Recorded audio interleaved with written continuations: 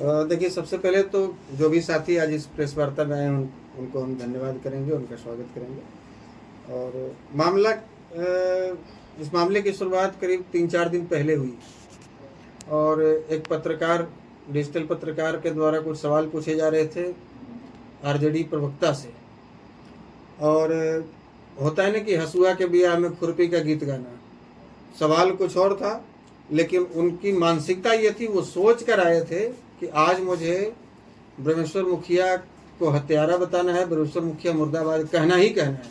सवाल उनसे संबंधित नहीं था, सवाल ब्रह्मेश्वर मुखिया ही से संबंधित नहीं था, सवाल कोई और था। लेकिन उसमें जानबूझकर उनको लपेटा गया, क्योंकि उनके आका की तरफ से आदेश दिया गया था कि तुमको जाकर इस मामले को छेड़ना है ताकि यहाँ पर अगड़ा पिछड़ा हो।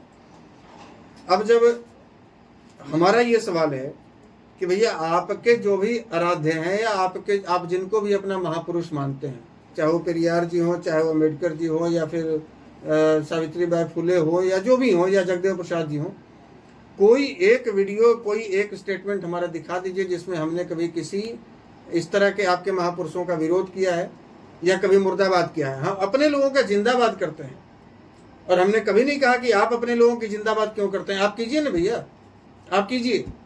लेकिन आप यदि किसी के महापुरुष को, किसी भी वर्ग के महापुरुष के, जो अपना आदर्श मान रहा है, जिसने उस बुरे दौर में जब सरकार हमारे खिलाफ थी, प्रशासन हमारे खिलाफ थे और नक्सली हमारे खिलाफ थे, जब हमारे जमीनों पर लाल झंडे गाड़े जा रहे थे, जब जाति पूछकर 6 इंच छोटा किया जा रहा था, हमारे घरों के आगे खड़े ट्रैक्टरों को आग लगा दिए जा रहे थे, खलिहान जला दिए जा रहे थे, उस समय कोई एक मसीहा आया जो हमारे लिए जर जोरू जमीन की रक्षा किया।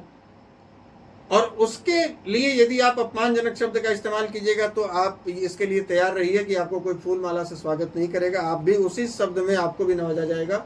और तकलीफ जो आरजेडी ने जो ट्वीट किया या आरजेडी ने जो अपने ऑफिशियल फेसबुक और ट्विटर अकाउंट से जो डाला, उनको तकलीफ इस बात की नहीं है कि सारिका पासवान जी दलित हैं और दलित महिला के बारे में इस तरह का अपमानजनक। अरे भैया, सारिका पासवान जी, यदि सारिका मिश्रा भी होती, यदि सारिका शर्मा होती, सारिका कुशवाहा होती, सारिका यादव होती, तब भी उनके लिए यही शब्द का इस्तेमाल होता जो आज हुआ है। ये तो संयोग है कि कोई ना कोई जाति में पैदा लिए हैं। हमारी कोई पासवान से या कोई कुशवाहा से या कोई यादव से किसी से जाति दुश्मनी नहीं है। लेकिन क्या है कि उनके लिए गलत शब्दों का इस्तेमाल हुआ है, और वो गलत शब्द का यदि इस्तेमाल हुआ है तो उसका परिणाम उनको भुगतना पड़ेगा। आरजेडी को इस बात की मिर्ची लगी है कि आरजेडी को पहली बार किसी ने औकात दिखाई है। हमारी टीम के लोगों ने एक वीडियो डाला, उस वीडियो में 1 मिनट का वीडियो था, 1.5 मिनट का। उसमें मोतिहारी में 2015 में जब लालू प्रसाद यादव जी ने एक स्टेटमेंट दिया था कि कौन माँ का दूध है जो आरक्षण समाप्त करेगा, कौन माँ का दूध पिया जो आरक्षण समाप्त करेगा, उस समय तक सवर्णों को आरक्षण नहीं मिला था। इसका मतलब कि जिसको आरक्षण मिल रहा है आप उसको तो नहीं ललकार रहे हैं, जिसको नहीं मिल रहा है या जो आरक्षण के विरोध में है आप उनको ललकार रहे हैं। तो भैया, आपने एक वर्ग के माँ के दूध को ललकारा। राजनीति का स्तर इतना नहीं गिरना चाहिए कि आप किसी जाति, किसी वर्ग विशेष के माँ के दूध को ललकारिए और आपको कोई जवाब न दे, तो ये उचित नहीं है। ये दिखना चाहिए कि उस वर्ग में भी कोई माँ का दूध पिया है, कोई जिंदा है जो आपको लाखों समर्थकों के बीच में चैलेंज कर सकता है, ललकार सकता है। और वही 2015 में लालू जी के इस स्टेटमेंट के बाद 2015 में जब रवीश कुमार जी के भाई गोविंदगंज से चुनाव लड़ रहे थे मोतिहारी में कांग्रेस से, और नीतीश जी, लालू जी और कांग्रेस तीनों साथ में थे, चुनाव प्रचार के दौरान लालू जी का हमने विरोध किया था उनके लाखों समर्थकों के सामने, और डब्बा का दूध लेकर हमने मंच पर फेंका था और ये कहा था कि मैं माँ का दूध पिया हूं। लालू जी, आप कहते हैं कि हम पिछड़े हैं और फॉरवर्ड आप अगड़े हैं, तो बताइए, जो ब्राह्मण है, जो भूमिहार है, जो राजपूत है, जो कायस्थ है, जो शेख सैयद पठान है, और वो दिल्ली में यदि गार्ड की नौकरी कर रहा है, टेम्पू चला रहा है, रिक्शा चला रहा है, सब्जी बेच रहा है, शौचालय सफाई कर रहा है, वो अगड़ा हो गया। और आपके बेटे 9वीं फेल हैं और 90 लाख से ऊपर की गाड़ी पर चलते हैं, अरबों रुपए की संपत्ति बनाए हुए, तो पिछड़े कैसे हो गए? आपके लोग दूसरे को चोर कह रहे हैं, आपने भी देखा होगा। उनके आरजेडी के कार्यकर्ता वो चोर कह रहे हैं, हमें चोर कह रहे हैं। उनके पास कोई प्रमाण नहीं है मेरे चोर होने का, लेकिन मेरे पास प्रमाण है कि उनके अध्यक्ष चोर हैं। मेरे पास प्रमाण है कि लालू यादव चोर हैं, और ये मैं नहीं कह रहा हूं, ये सुप्रीम कोर्ट कह रहा है। और सुप्रीम कोर्ट इसीलिए लालू यादव को चुनाव लड़ने से रोका है, उनको प्रमाणित किया है कि आप सुप्रीम कोर्ट के द्वारा प्रमाणित चारा चोर हैं, आप चुनाव नहीं लड़ सकते। तो चोर बोले जोर से वाली बात है। राजद के कार्यकर्ता आज पूरे दिन कमेंट कर रहे हैं, मुझे चोर बता रहे हैं। उनको अपने गिरेबान में झांकनी चाहिए। और आज जो सारिका पासवान जी को लेकर उनके पास बहुत सारे प्रवक्ता हैं, किसी से भी बुलवाया जा सकता था। पासवान समाज के लोगों से हम विनती करना चाहेंगे, हमें आपके समाज से कोई दुश्मनी नहीं। हमने कभी भी किसी भी आप चौहर मल जी के ऊपर हमने देखिए कभी कोई ये स्टेटमेंट दिया? हमने श्रद्धेय रामविलास पासवान जी को लेकर कभी कोई गलत बात कहा? हम चिराग जी को लेकर कभी कोई गलत बात कहे? नहीं। ये 2020 का चुनाव रिजल्ट तेजस्वी जी ने देखा और तेजस्वी जी आज भी अपना भविष्य का सबसे बड़ा प्रतिद्वंदी चिराग पासवान को मानते हैं। और इसीलिए सारिका पासवान को आगे किया गया। एक तो महिला है, ऊपर से पासवान है, ताकि भूमिहारों के मसीहा ब्रह्मेश्वर मुखिया के बारे में कंट्रोवर्शियल बयान दो और भूमिहार पासवान हो और हम यहाँ मजे लें। ताकि 2020 में आपने देखा होगा कि 100% भूमिहार, जहां जहां लोजपा ने कैंडिडेट दिया वहां 100% भूमिहारों ने लोजपा का समर्थन किया। और ये बात तेजस्वी को बहुत बड़ी खली है और उनको लगा कि ये अब एक ही तरीका है कि एक पासवान महिला को प्रवक्ता के रूप में आगे किया जाए और भूमिहार जिनको अपना मसीहा के रूप में देखते हैं उस पर कंट्रोवर्शियल बयान दिया जाए, ताकि भूमिहार और पासवान हो और हम यहाँ मजे लें। ये यहाँ से शुरू हुई है और इस तरह से आशुतोष जी, आखिर ये विवाद कैसे खत्म होगा? क्योंकि आपके खिलाफ तो महिला आयोग चली गई है सारिका पासवान। देखिए, जिन्होंने शुरू किया खत्म तो उनको ही करना पड़ेगा। और हम अब इस मोड में, चूंकि हम लोग बहुत सभ्य और शालीन तरीके से अब तक बात करते आए, किसी भी वर्ग या किसी भी वर्ग के महापुरुष के बारे में, किसी भी जाति के व्यक्ति के बारे में हमने कोई गलत टिप्पणी नहीं की। लेकिन अब यदि आप उस हद को पार कर रहे हैं तो मुझे लगता है कि जैसा देवता वैसी पूजा की आवश्यकता है। यदि देवता यदि उस रूप में है कि उनको अच्छी पूजा दी जाए तो अच्छी बात, यदि संत से बात करेंगे तो हाथ जोड़कर बात करेंगे, और यदि लफंगे से बात करना होगा तो उसी लहजे में बात करना होगा। महिला के प्रति इस तरह का बयान देना, देखिए वो महिला है ही नहीं। हम इतने मीडिया के सामने कह रहे हैं वो महिला नहीं, वो महिला है।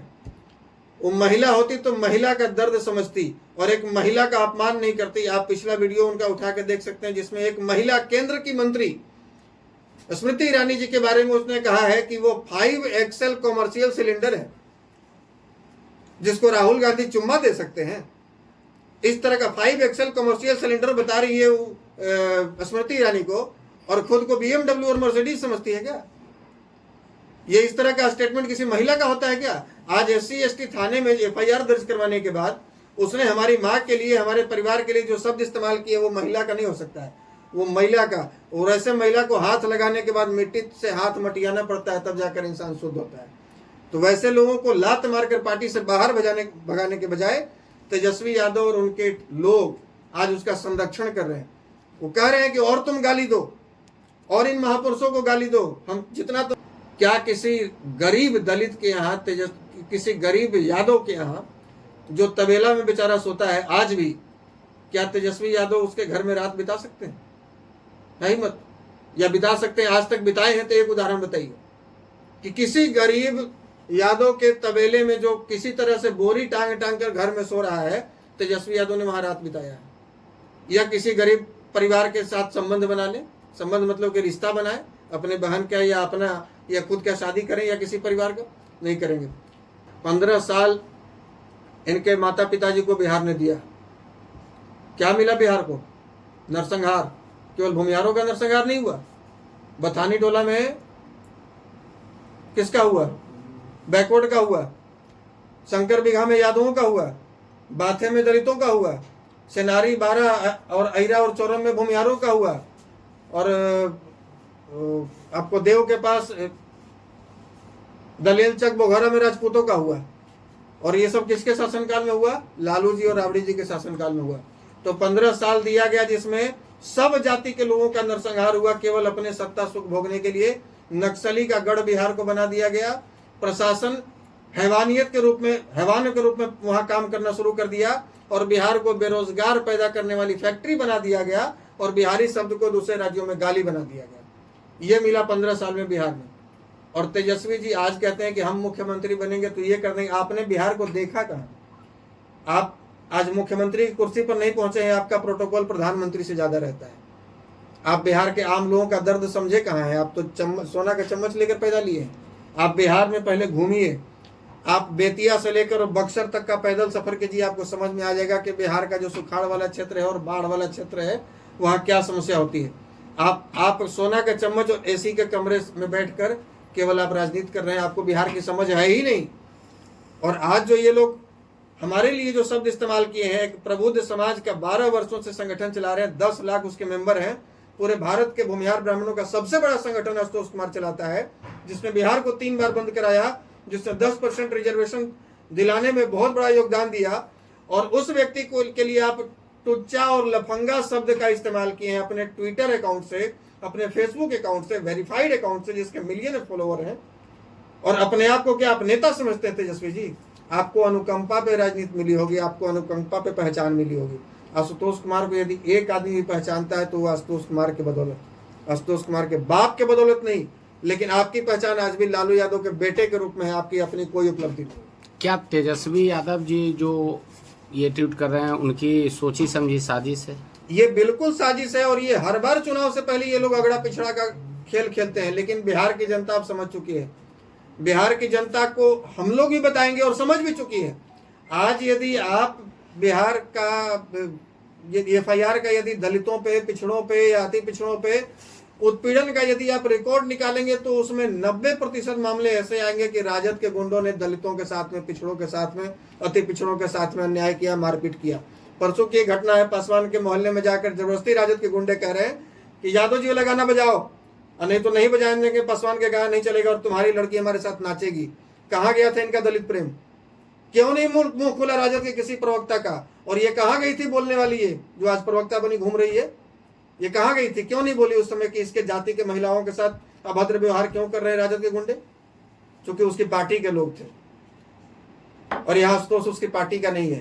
तो ये जो FIR करके धमकी दे रही है, ऐसी धमकी से हम लोग डरने वाले नहीं। हम पैदा ही लिए हैं FIR खाने के लिए, जेल जाने के लिए, लाठी खाने के लिए और गोली खाने के लिए। आगे की रणनीति क्या होगी? आगे की रणनीति यदि दोबारा इस तरह के शब्द का इस्तेमाल किया जाएगा तो एकदम इतने मीडिया चैनलों के सामने कह रहे हैं कि चाहे सारिका पासवान हो या सारिका मिश्रा हो या सारिका तिवारी हो, सारिका यादव हो या कोई भी सिंह, शर्मा, तिवारी, मिश्रा, पासवान, यादव कोई भी हो, यदि हम आपके महापुरुषों के बारे में कुछ नहीं बोल रहे हैं, हम उनका सम्मान करते हैं।